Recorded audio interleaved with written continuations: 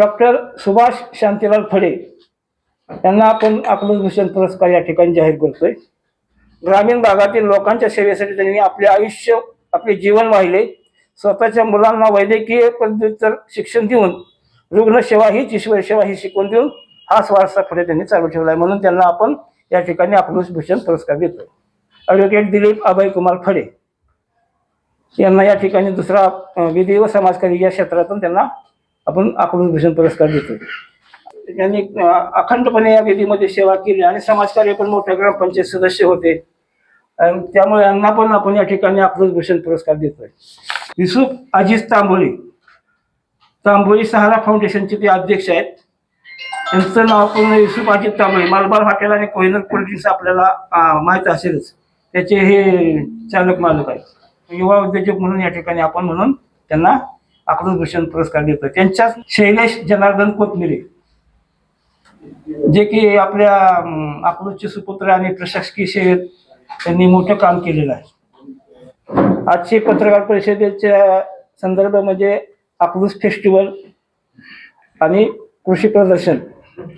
गेले 3 वर्ष आपल्या अकलूजमध्ये लोकनेते स्वर्गीय प्रतापसिंह मोहिते पाटील साहेबांच्या प्रेरणेने, सहकार मंडळीच्या प्रेरणेने डॉक्टर धवलसिंह प्रतापसिंह मोहिते पाटील साहेबांच्या नेतृत्वाखाली आपण अकलूज फेस्टिवल भरवतो. 2023 पासून हा फेस्टिवलचा उपक्रम आपल्या अकलूजमध्ये चालू आहे. वर्षानुवर्ष या उपक्रमाला फार मोठा प्रतिसाद मिळतोय.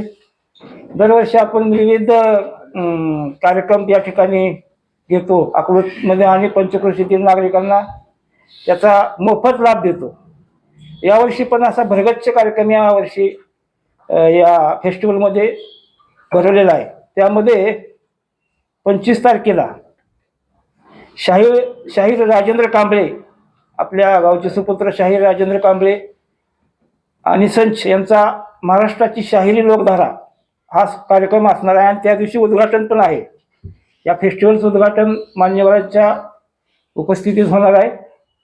त्याच्यानंतर दुसऱ्या दिवशी 26 तारखेला महिलांसाठी पैठणीचा कार्यक्रम, नाही महिलांना प्राधान्याने आपण या ठिकाणी 2 दिवस कार्यक्रम स्पेशल ठेवतो. त्यामध्ये वासू पाटील म्हणून एक प्रसिद्ध सिने कलाकार आहेत. त्यांच्या उपस्थितीत होम मिनिस्टर हा पैठणीचा कार्यक्रम असणार आहे. त्यानंतर 27 तारखेला 27/12 रोजी लोककला पारंपरिक लावण्याचा कार्यक्रम या ठिकाणी होणार आहे. ठिकाणी त्याच लावण्या सर्वांना मोफत बघायला मिळणार आहेत, पारंपरिक लावण्या. त्याचबरोबर यावर्षीपासून एक नवीन परंपरा आपण या फेस्टिवलमध्ये चालू केली.